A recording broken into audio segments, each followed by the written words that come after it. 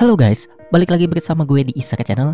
Di part sebelumnya, Haruhiro dan yang lain mulai terbiasa dengan kehidupan sebagai pasukan relawan. Tapi ketika semua mulai berjalan dengan lancar, mereka harus mengalami kejadian pahit dengan tewasnya Minato. Di part ini semua orang harus menerima kematian Minato yang selalu menanggung beban mereka sebagai seorang pemimpin. Dengan demikian, Minato menjadi orang pertama yang gugur dari kelompok Haruhiro sekaligus pasukan relawan di generasinya. Bab 12, Jalan yang mana? Di sebuah bukit penuh batu nisan yang dilewatinya ketika pertama kali tiba di Grimgar, Haruhiro melihat menara tempatnya muncul dengan penuh kebencian. Haruhiro ingat betul bahwa belum 1 bulan dirinya keluar dari sana, tapi entah mengapa rasanya seperti sudah lama sekali. Haruhiro selalu heran dengan bagaimana mereka bisa keluar dari sana, tapi kini pertanyaan itu tidak lagi penting karena Minato telah tiada. Kini Haruhiro berdiri di depan batu nisan Minato yang memiliki lambang bulan sabit merah sebagai tanda bahwa Minato pernah menjadi bagian dari pasukan relawan. Agar Minato tidak berubah menjadi undead, maka mayatnya perlu disucikan melalui proses kremasi. Pada proses itu mereka sepakat untuk membakar seluruh peninggalan Minato kecuali tongkat dan kantongnya. Haruhiro baru bisa melakukan semua itu hari ini karena kemarin tempat kremasi sudah tutup. Karena alasan itu kemarin Haruhiro dan yang lain memutuskan untuk diam di kuil mengelilingi tubuh Minato hingga pagi tiba. Sekarang Haruhiro tidak bisa berpikir karena kepalanya yang berkabut akibat kurang tidur. Adapun kini Shihoru tampak kelelahan akibat terus menangis. Yume hanya menatap langit, Moguzo melamun, dan secara ajaib Ranta bisa diam. Walau biasanya menyebalkan, tapi kali ini Haruhiro berharap Ranta bisa mengoceh. Tapi karena tetap diam, Haruhiro berbicara tentang betapa anehnya semua ini. Haruhiro menceritakan percakapannya dengan Minato yang menyebut semua ini seperti sebuah game. Tapi anehnya mereka tidak tahu apa itu game. Haruhiro yakin ada sesuatu di sini. Suatu hal yang aneh tidak mereka ketahui, tapi tiba-tiba Haruhiro terdiam dan mempertanyakan apa yang coba dikatakannya. Tiba-tiba perhatian Haruhiro teralih ketika lonceng kota berbunyi. Di Alterna terdapat lonceng penanda jam yang berbunyi setiap 2 jam sekali dari jam 6 pagi sampai 6 malam. Setiap berbunyi jumlahnya akan bertambah sehingga jika jam 6 berbunyi sekali, maka jam 8 berbunyi 2 kali, dan begitu pun seterusnya. Tidak lama Ranta pun berdiri dan berkata dirinya akan pergi karena diam saja tidak menyelesaikan apapun. Saat itu Yume marah dan menyebutnya tolol, tapi Ranta hanya diam tidak seperti biasanya. Takut Ranta akan meninggalkan kelompok, Haruhiro dan Moguzo mengejarnya meninggalkan Shihoru yang masih diam di pelukan Yume. Haruhiro sengaja tidak mengganggu karena mereka tahu Shihoru yang mencintai Minato pasti butuh waktu untuk menenangkan diri. Ketika tiba di Alterna, lonceng berbunyi 7 kali yang menjadi tanda bahwa malam telah tiba. Ranta membawa Haruhiro dan Moguzo memasuki kedai seri yang selalu didatangi Minato. Datang ke sana membuat Haruhiro merasa bersalah karena di sanalah Minato selalu berusaha mencari informasi demi mereka. Walau pernah memintanya untuk mengajaknya bila pergi ke sana, tapi pada akhirnya Haruhiro tidak pernah memiliki kesempatan itu. Haruhiro merasa semakin bersalah ketika sadar selama ini dirinya hanya diam dan ingin mengikuti apa yang dikatakan Minato ketika Minato sudah bersusah payah mengerjakan segalanya. Begitu mulai minum, Ranta berkata dirinya akan keluar dan tidak peduli lagi dengan menjadi kesatria kegelapan. Tapi ketika Haruhiro bertanya bagaimana caranya berhubung Ranta tidak akan bisa keluar, Ranta mulai menyalahkan Haruhiro yang terlalu sering terluka hingga Minato kelelahan. Haruhiro tidak menyangkal, tapi akibatnya Ranta semakin menyudutkannya. Tidak tahan dengan apa yang terjadi, tiba-tiba Moguzo berteriak marah hingga seisi kedai terdiam. Sementara Ranta takut karena dipelototi Moguzo, Moguzo meminta mereka berhenti berkelahi karena dirinya pun sedih dan bingung. Lantas Ranta bertanya apa yang harus mereka lakukan sekarang karena tanpa Minato mereka tidak bisa menanggung beban yang ada apalagi kembali melangkah. Di tengah kebingungan itu tiba-tiba muncul pria cerewet yaitu Kikawa. Walau penampilannya sudah berubah, Tapi bagi Haruhiro, Kikawa ini masih sama menyebalkannya seperti dulu. Tanpa memberi kesempatan membalas, Kikawa terus mengoceh dan meluncurkan banyak pertanyaan. Ternyata Kikawa bergabung dengan kelompok Tokimune yang disebutnya pria hebat namun sedikit bodoh. Dan yang menarik adalah Kikawa bertanya tentang perburuan mereka di kota tua Damuro karena pernah mendengarnya dari Manato. Ketika Haruhiro ingin menjelaskan apa yang terjadi, Kikawa malah memotong dan bertanya apakah Manato akan menikah. Karena membuatnya kesal, Haruhiro pun menampar bagian belakang kepala Kikawa dengan keras hingga Kikawa terdiam. Akhirnya Ranta bisa menjelaskan yang terjadi dan Kikawa meminta maaf. Kikawa tidak percaya Manato bisa berakhir seperti itu, karena menurutnya Manato adalah orang yang bisa diandalkan seperti Renji namun dengan jalan yang berbeda. Kikawa menjelaskan bahwa pendeta adalah inti dari suatu kelompok, namun tingkat kematiannya sangat tinggi karena menjadi target yang mudah. Karena itu salah satu tugas utama warrior sepertinya adalah melindungi pendeta. Mendengarnya, Mogujo merasa bersalah karena justru Manato yang melindunginya. Kikawa mencoba menghiburnya walau tidak bisa memaksa karena dirinya tidak tahu rasanya kehilangan rekan. Tapi Haruhiro paham apa yang ingin dikatakan Kikawa, yaitu mereka tidak boleh terus bersedih dan harus bisa kembali bangkit. Tapi kini masalahnya mereka tidak lagi memiliki pendeta. Bisa saja mereka mencari pendeta baru, tapi Haruhiro tidak yakin ada yang mau bergabung dengan kelompok pelatihan. Belum lagi ternyata sangat jarang sekali ada pendeta yang menganggur. Saking langkanya tidak sedikit kelompok yang berkelahi memperebutkan seorang pendeta karena perannya sangat vital. Mendengarnya, Kikawa malah memamerkan rencana barunya yang memperlihatkan dirinya telah menjadi pasukan relawan resmi. Walau mengesalkan, tapi setidaknya Kikawa berkata dirinya tahu satu pendeta yang bisa bergabung dengan mereka. Bab 13. Sebuah bagian penting. Keesokan pagi, semua orang berkumpul di gerbang kota. Walau semua masih merasa lelah, tapi seperti apa yang dikatakan Ranta, mereka tidak bisa terus diam. Karena bagaimanapun hari baru akan tetap datang, tidak peduli apa yang terjadi atau siapa yang mati. Lantas Ranta dengan semangat memperkenalkan gadis bernama Mary yang akan menjadi pendeta baru di kelompok mereka. Sementara Haruhiro dan Moguzo bertepuk tangan, Yume dan Shihoru hanya diam terenganga. Haruhiro tahu mereka pasti terkejut, tapi sayangnya ada masalah lain. Selain tidak mengucap salam, Mary malah menatap Yume dan Shihoru dengan tajam ketika disapa. Di malam sebelumnya, Haruhiro langsung terpesona dengan Mary ketika bertemu untuk pertama kalinya. Tapi dengan cepat Haruhiro menyadari bahwa tatapan Mary begitu dingin sampai pada tingkatan tidak normal. Walau memang Mary tampak seperti gadis berpendirian yang mudah tersinggung, tapi dari sana Haruhiro menyimpulkan bahwa Mary adalah gadis yang lebih baik diamati dari jauh saja. Karena bila didekati, bukan tidak mungkin gadis seperti Mary malah akan menjadi masalah tersendiri. Tapi karena tidak ada pilihan lain, maka akhirnya Haruhiro memilih untuk mengajak Mary bergabung. Hanya saja di luar dugaan, ternyata Mary membuat situasi jauh lebih buruk dari apa yang dibayangkan Haruhiro. Mary benar-benar memperlakukan semua orang dengan dingin, sampai-sampai Ranta dan Moguzo ketakutan, sementara Yume dan Shihoru tampak ragu dan curiga. Haruhiro terkejut karena ternyata Mary benar-benar seperti apa yang dikatakan Kikawa. Menurut Kikawa, biasanya Mary tidak tergabung pada suatu kelompok, tapi akan langsung setuju bila ada yang menawari. Tapi Mary tidak pernah diam di satu kelompok dalam waktu yang lama karena sikap dan kemampuannya. Akibatnya, Mary memiliki beberapa julukan seperti Mary yang pemarah atau Mary yang menakutkan. Dan julukan ini terbukti dengan Ranta yang sampai tidak bisa berani mengomelinya. Tapi hebatnya, Kikawa sendiri memiliki keberanian untuk mengajak Mary berkencan dan tentunya ditolak. Selama perjalanan menuju Damuro, tidak ada satupun yang berbicara dan semua terasa canggung. Haruhiro berpikir semua ini tidak akan terjadi bila masih ada Manato yang bisa memegang kendali dan menenangkan keadaan. Walau Manato berkata akan mengandalkannya, tapi Haruhiro tahu dirinya tidak bisa menggantikan Manato. Haruhiro tidak mengerti mengapa Manato mengatakan itu, padahal Manato pun tahu dirinya selalu ragu.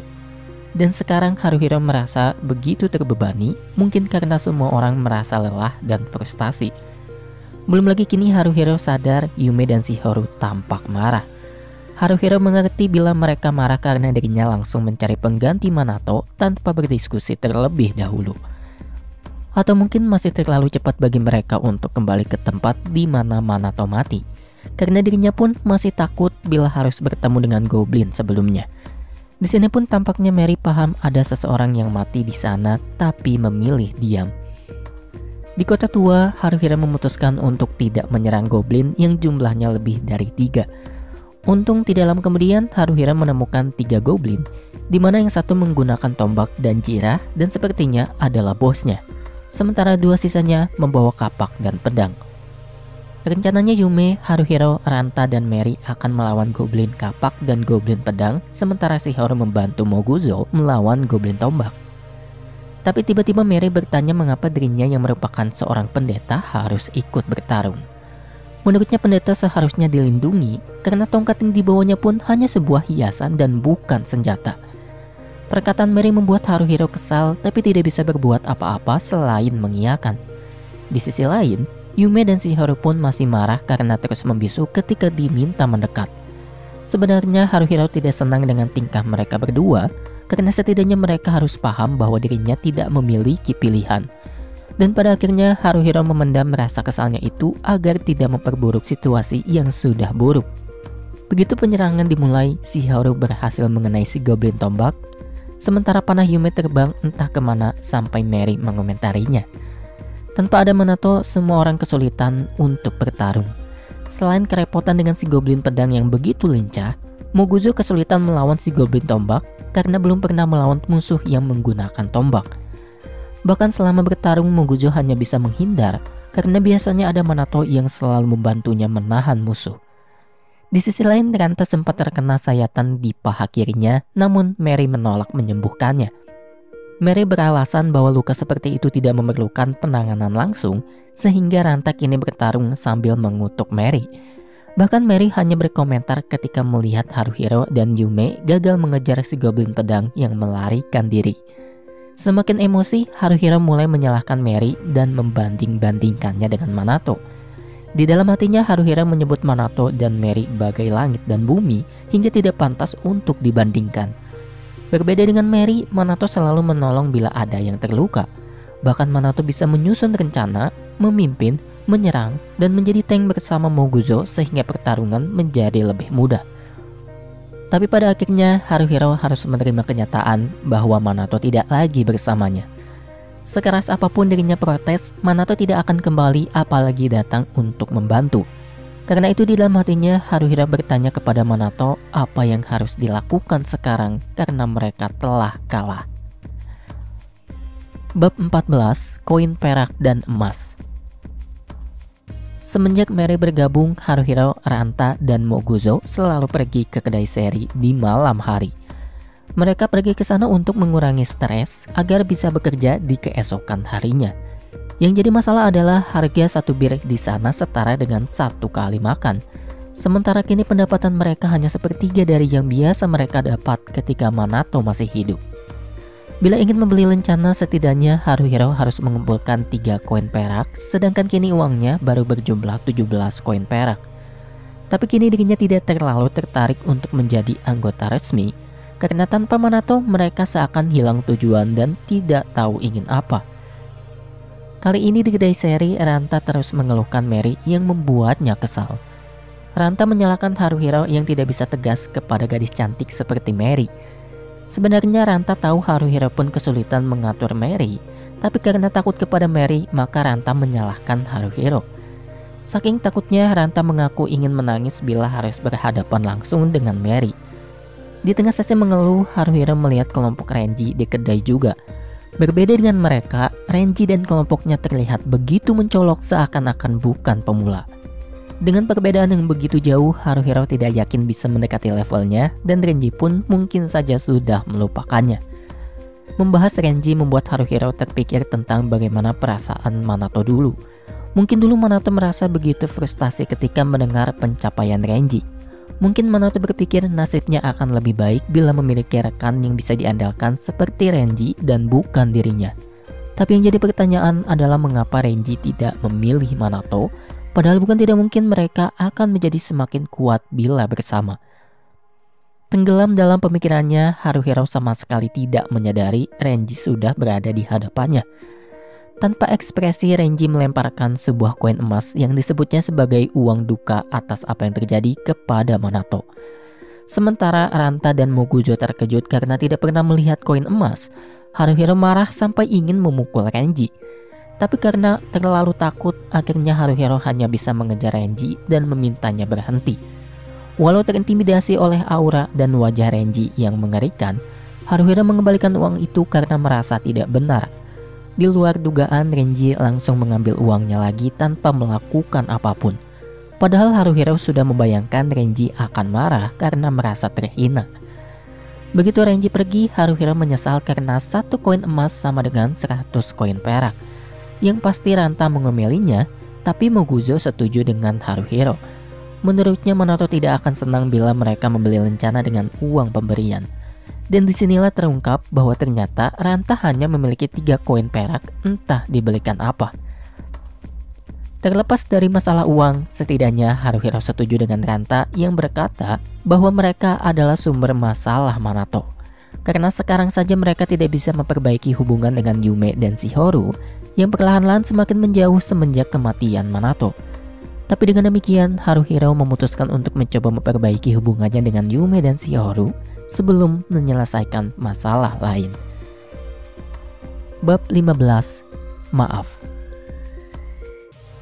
Untuk memperbaiki hubungan dengan Yume dan Shihoru, Haruhiro mencoba mengajak mereka mengobrol sesering mungkin. Walau Yume dan Shihoru selalu menjawab, tapi tetap saja tidak ada kemajuan dan hal itu membuat Haruhiro depresi. Di malam harinya, Haruhiro memutuskan untuk langsung pulang tanpa pergi ke kedai seperti biasa. Ketika sedang berjongkok di lorong penginapan, Haruhiro berpapasan dengan Yume yang baru selesai mandi. Seperti biasa, Haruhiro mengajaknya berbicara, tapi Yume hanya menjawab seperlunya. Sudah kehabisan akal, Haruhiro langsung bertanya apakah Yume marah. Yume berkata tidak, tapi malah balik bertanya apa Haruhiro melakukan sesuatu yang membuatnya marah. Lantas Haruhiro membahas tentang dirinya, Moguzo, dan Ranta yang membuat keputusan tanpa bertanya kepada Yume dan Shihoru. Namun Yume berkata bukan itu, dan Haruhiro tidak memahaminya. Haruhiro semakin tidak paham karena Yume malah mengatainya bodoh ketika menanyakan apa maksudnya. Yume berkata karena Haruhiro tidak memahami apapun dirinya dan Shihoru menjadi seperti ini.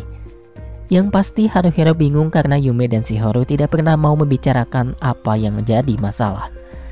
Belum lagi kini Yume malah berbelit-belit, sehingga Haruhiro yang sudah pusing pun sampai ingin meneriakinya. Tapi akhirnya Haruhiro paham ketika Yume berkata dirinya dan Shihoru tidak pandai mengungkapkan perasaan.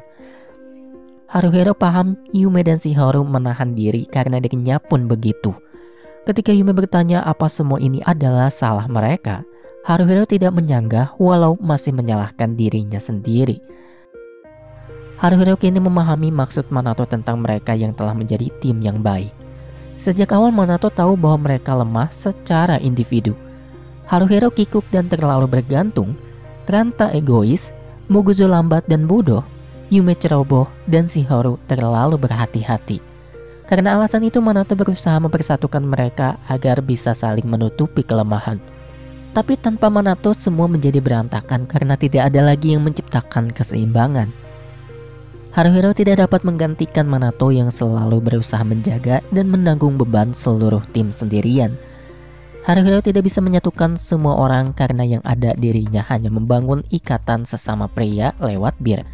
Sehingga tidak aneh bila Yume dan Shihoru merasa ditinggalkan dan kesepian. Membicarakan perasaan tertinggal dan kesepian, Haruhiro terpikir alasan Minato meminta maaf kepadanya di saat sekarat. Hari itu Minato memuji semua orang kecuali Haruhiro karena suatu alasan. Mungkin karena melihat Haruhiro merasa ditinggalkan, Minato menjadi khawatir hingga akhir hayatnya. Bila dugaannya benar, maka alasan Minato meminta maaf sangatlah konyol. Tapi karenanya Haruhiro mulai menangis karena Minato malah mengkhawatirkan hal remeh ketika sedang sekarat. Haruhiro ingat Minato pernah berkata bahwa dirinya bukan orang yang pantas diperlakukan sebagai rekan. Haruhiro tidak mengerti mengapa Minato menganggap dirinya tidak layak dicintai ketika semua orang ingin terus bersamanya dan membutuhkan sosoknya. Melihat Haruhiro menangis, Yume pun ikut menangis lalu memeluknya. Entah berapa lama mereka menangis sambil berpelukan, karena ketika sadar, Haruhiro tidak bisa menemukan momen yang tepat untuk melepas pelukannya. Lama-kelamaan, Haruhiro mulai takut kondisi itu akan berubah menjadi perasaan yang aneh. Terutama ketika Yume memeluknya dengan lebih erat sambil memanggilnya Harukun seperti biasa. Yume berkata dirinya akan mencoba yang terbaik untuk bisa berhubungan baik dengan Mary yang tampak membencinya. Sadar ada kesalahpahaman, Haruhiro menjelaskan tentang bagaimana Mary memperlakukan semua orang dengan dingin dan bukan hanya kepada Yume saja. Setelah memahami apa yang terjadi, Yume membuat satu permintaan kepada Haruhiro, yaitu dirinya ingin dipeluk sekali lagi. Walau Yume hanya ingin dipeluk karena membuatnya merasa tenang, tapi Haruhiro harus menenangkan dirinya sendiri, apalagi Yume mengeluarkan sedikit erangan ketika dipeluknya. Ketika membuka matanya, Haruhiro dikejutkan oleh Shiharu yang sudah berdiri di depannya. Tanpa dijelaskan pun, Haruhiro tahu Shiharu akan salah paham, dan Yume malah memperburuk kondisi dengan memberi penjelasan yang ambigu. Akibatnya Shiharu meminta maaf sebelum kabur, tapi setidaknya Yume bersedia untuk menjelaskan apa yang terjadi kepada Shiharu nanti.